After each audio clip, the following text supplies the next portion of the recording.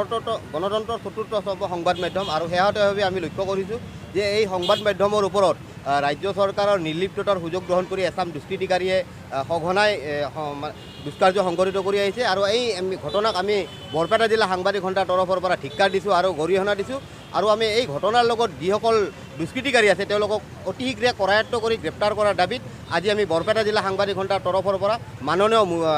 জিলা উপায়ুক্তৰ জৰিয়তে মুখ্যমন্ত্ৰীলৈ স্মাৰকপত্ৰ প্ৰেৰণ কৰিছোঁ আৰু ইয়াৰ পিছতো যদি ৰাজ্য চৰকাৰে কোনো ধৰণৰ ব্যৱস্থা গ্ৰহণ নকৰে তেতিয়াহ'লে আমি নিজাববীয়াকৈ ব্যৱস্থা গ্ৰহণ কৰিবলৈ বাধ্য হ'ম। সাংবাদিক সন্থাৰ উপসভাপতি তথা দৈনিক অসম কাকতৰ মোকালমৰ সাংবাদিক ৰাজেন ডেকা, নিউজ 18 নৰ্থ ইষ্ট অসমৰ তিনিচুকীয়াৰ সাংবাদিক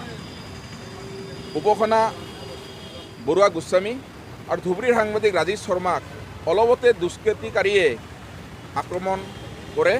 উক্ত ঘটনাক বৰপেটা জিলা সাংবাদিক সন্থাই আমি কঠোৰ ভাষাত গৰিহণা দিছোঁ আৰু উক্ত ঘটনাৰ প্ৰতিবাদ জনাই বৰপেটা জিলা সাংবাদিক সন্থাই আজি হাউলিৰ চাৰিআলিত 2 ঘণ্টীয়া অৱস্থান ধৰ্মঘট কাৰ্যসূচী পালন কৰিছোঁ। বৰ্তমান চৰকাৰ প্ৰশাসন আৰু অসমৰ মুখ্যমন্ত্ৰী ডাঙৰীয়াই সাংবাদিকসকলৰ জীৱনৰ নিৰাপত্তা প্ৰদানত চৰম ব্যৰ্থ হৈছে। গতিকে সাংবাদিকসকলৰ জীৱনৰ নিৰাপত্তা সুনিশ্চিত কৰিবলৈ আমি চৰকাৰক দাবী জনাইছোঁ। আজি অসমৰ মুখ্যমন্ত্ৰী ডাঙৰীয়াক বৰপেটা জিলাৰ উপায়ুক্তৰ জৰিয়তে আমি স্মাৰকপত্ৰ প্ৰদান কৰিছোঁ আৰু এই স্মাৰকপত্ৰৰ জৰিয়তে আমি চৰকাৰ প্ৰশাসনক জনাই দিছোঁ যে এই দুষ্কৃতিকাৰীসকলক শীঘ্ৰেই গ্ৰেপ্তাৰ কৰি দৃষ্টান্তমূলক শাস্তি প্ৰদান কৰিব লাগে। যিকোনো সময়ত সাংবাদিকৰ ওপৰত আক্ৰমণ কৰা দুষ্কৃতিসকল চিনাক্ত হোৱাৰ পিছতো চৰকাৰে দৃষ্টান্তমূলক শাস্তি প্ৰদান নকৰাৰ বাবে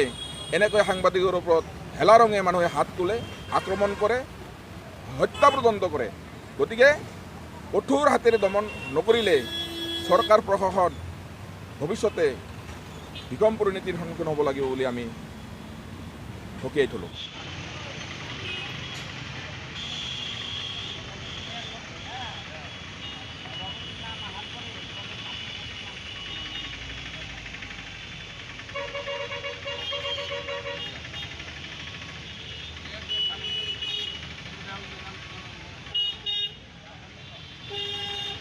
আৰু ধন্যবাদ জনাইছোঁ আৰু সাংবাদিকৰ আক্ৰমণৰ ঘটনা বা সাংবাদিকৰ যিকোনো দুখৰ সময়ত সকলো সাংবাদিকে একতা হৈ আমি থিয় দিলেহে যিকোনো বিঘ্নৰ পৰা আমি পৰিত্ৰাণ পাম আৰু চৰকাৰক আমি হেঁচা প্ৰয়োগ কৰি সাংবাদিক